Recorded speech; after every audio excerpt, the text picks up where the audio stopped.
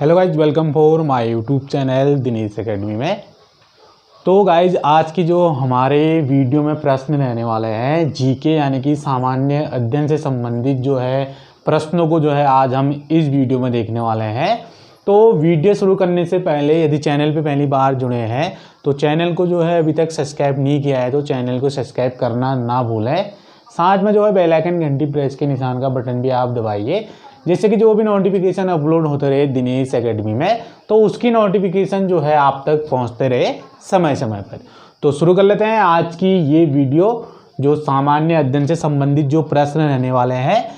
तो सबसे पहले जो प्रश्न है इसमें कि हमारे सौर मंडल के भीतरी ग्रह कहलाते हैं, यानी कि जो हमारा सौर मंडल है तो उसके जो भीतरी ग्रह कौन कौन से ग्रह कहलाते हैं। तो इसमें जो भीतरी ग्रह कहलाते हैं तो इसमें है बुध, शुक्र, पृथ्वी और मंगल।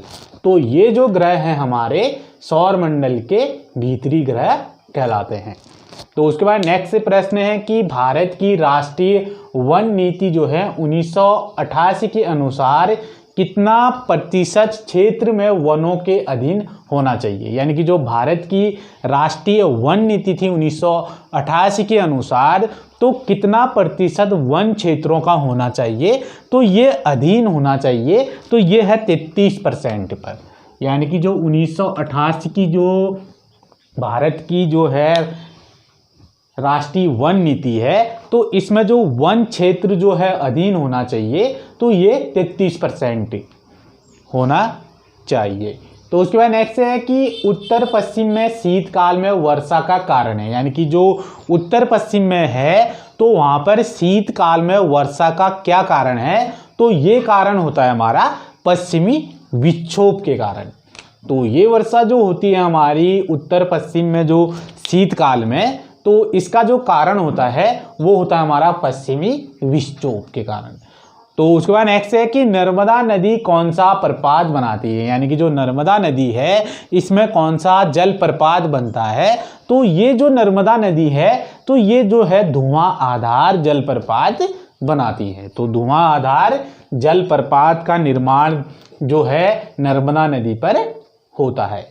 तो उसके बाद नेक्स्ट जो प्रश्न है कि भारत में जो है हाथियों के संरक्षण एवं आवास के लिए प्रोजेक्ट एलिफेंट प्रारंभ किया गया था। यानी कि जो भारत में हाथियों के संरक्षण के लिए जो है जो आवास यानी कि प्रोजेक्ट जो है एलिफेंटा तो ये प्रारंभ कब किया गया था, तो ये प्रोजेक्ट जो प्रारंभ किया था तो ये क्या था 1992 में। तो ये प्रोजेक्ट जो प्रारंभ हुआ था हमारा 1992 में, जो प्रोजेक्ट था हमारा प्रोजेक्ट एलिफेंटा यानी कि हाथियों के संरक्षण और आवास के लिए। तो उसके बाद नेक्स्ट प्रश्न है कि रेडियो तरंगों का परावर्तन करने वाली वायुमंडलीय परत कहलाती है। यानी कि जो रेडियो तरंगों का जो परावर्तन होता है तो वो किस वायुमंडल से होता है ये परावर्तन, तो ये परावर्तन होता है हमारा आयन मंडल से। तो रेडियो तरंगों का जो परावर्तन होता है तो ये होता है हमारा आयन मंडल से। तो उसके बाद नेक्स्ट प्रश्न है कौन सा देख लेते हैं कि पंचायतों और नगर पालिकाओं के चुनाव कौन करवाता है। यानी कि जो पंचायत होते हैं और नगर पालिकाओं का जो चुनाव कौन कराता है, तो ये कराता है हमारा राज्य चुनाव आयोग।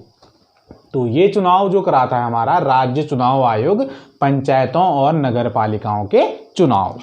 तो उसके बाद नेक्स्ट है कि इंद्रसाहनी मुकदमा जो है 1992 संबंधित है। यानी कि जो इंद्रसाहनी मुकदमा है 1992 किससे संबंधित है, तो ये जो है हमारा अन्य पिछड़ा वर्ग से संबंधित है। तो ये इंद्रसाहनी जो मुकदमा है 1992 का तो ये संबंधित है हमारा अन्य पिछड़ा वर्ग से संबंधित है। तो उसके बाद नेक्स्ट है कि राष्ट्रीय महिला आयोग स्थापित कहाँ पर है। यानी कि जो राष्ट्रीय महिला आयोग है तो वो कहाँ पर स्थापित है, तो ये स्थापित है हमारा नई दिल्ली में। तो ये स्थापित है नई दिल्ली में राष्ट्रीय महिला आयोग। तो उसके बाद नेक्स्ट है कि लोकताल झील कहाँ पर स्थित है, तो लोकताल झील कौन से राज्य में स्थित है भारत में, तो ये लोकताल झील जो स्थित है हमारी तो ये स्थित है हमारी मणिपुर में। तो ये स्थित है मणिपुर में लोकताल झील। उसके बाद नेक्स्ट है कि भारत का राष्ट्रपति होता है, यानी कि भारत के राष्ट्रपति को जो है देश का सर्वोच्च नागरिक जो है माना जाता है।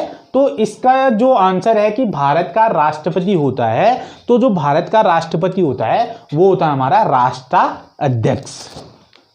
तो ये जो कहलाते हैं हमारे राष्ट्राध्यक्ष। तो उसके बाद नेक्स्ट है कि संसदात्मक शासन व्यवस्था में वास्तविक कार्यपालिका शक्ति निहित होती है, यानी कि जो संसदात्मक शासन व्यवस्था में जो है कार्यपालिका शक्तियां निहित किसमें होती हैं, तो ये शक्तियां जो निहित होती हैं हमारी, ये मंत्री परिषद पर निहित होती हैं। ये शक्तियां संसदात्मक शासन व्यवस्था वास्तविक कार्यपालिका की, तो ये शक्तियां निहित होती हैं हमारी मंत्री परिषद पर।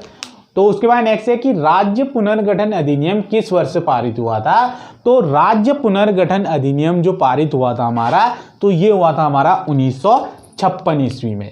तो ये जो है राज्य पुनर्गठन अधिनियम जो पारित हुआ था, तो ये हुआ था 1956 में।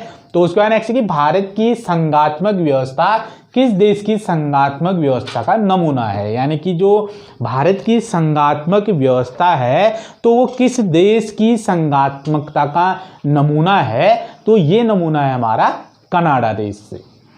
तो ये नमूना जो है कनाडा से, भारत की संघात्मक व्यवस्था।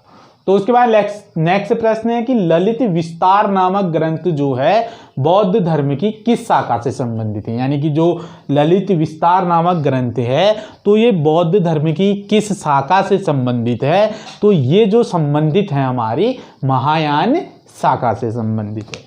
तो ललित विस्तार जो ग्रंथ है तो ये बौद्ध धर्म के जो है महायान शाखा से संबंधित है। तो उसके बाद नेक्स्ट प्रश्न है कि संत रामानंद का जन्म स्थान कहाँ पर स्थित है, तो जो संत रामानंद था तो इनका जो जन्म हुआ था हमारा, तो ये हुआ था हमारा प्रयाग में। तो इनका जन्म हुआ था प्रयाग में। तो ये थे आज के प्रश्न जो है सामान्य अध्ययन यानी कि जीके से संबंधित वन लाइनर प्रश्न। तो यदि वीडियो कैसी लगी है तो इस पर अपना लाइक और कमेंट अवश्य करें। तो साथ ही जो है इससे पहले की वीडियो नहीं देखी है तो उसकी वीडियो जो है आपको डिस्क्रिप्शन बॉक्स में जाके जो है लिंक पे क्लिक करके आप जो है पिछली वीडियो जो है देख सकते हैं। साथ ही मुझे फेसबुक, ट्विटर, टेलीग्राम और इंस्टाग्राम पे भी फॉलो कर सकते हैं, तो उसकी भी लिंक जो है आपको डिस्क्रिप्शन बॉक्स में जाके जो है लिंक पे क्लिक करके आप मुझे फॉलो कर सकते हैं। तो फिर मिलेंगे आपसे नेक्स्ट वीडियो में कुछ नए प्रश्नों के साथ। तो तब तक के लिए साथियों नमस्कार, जय हिंद।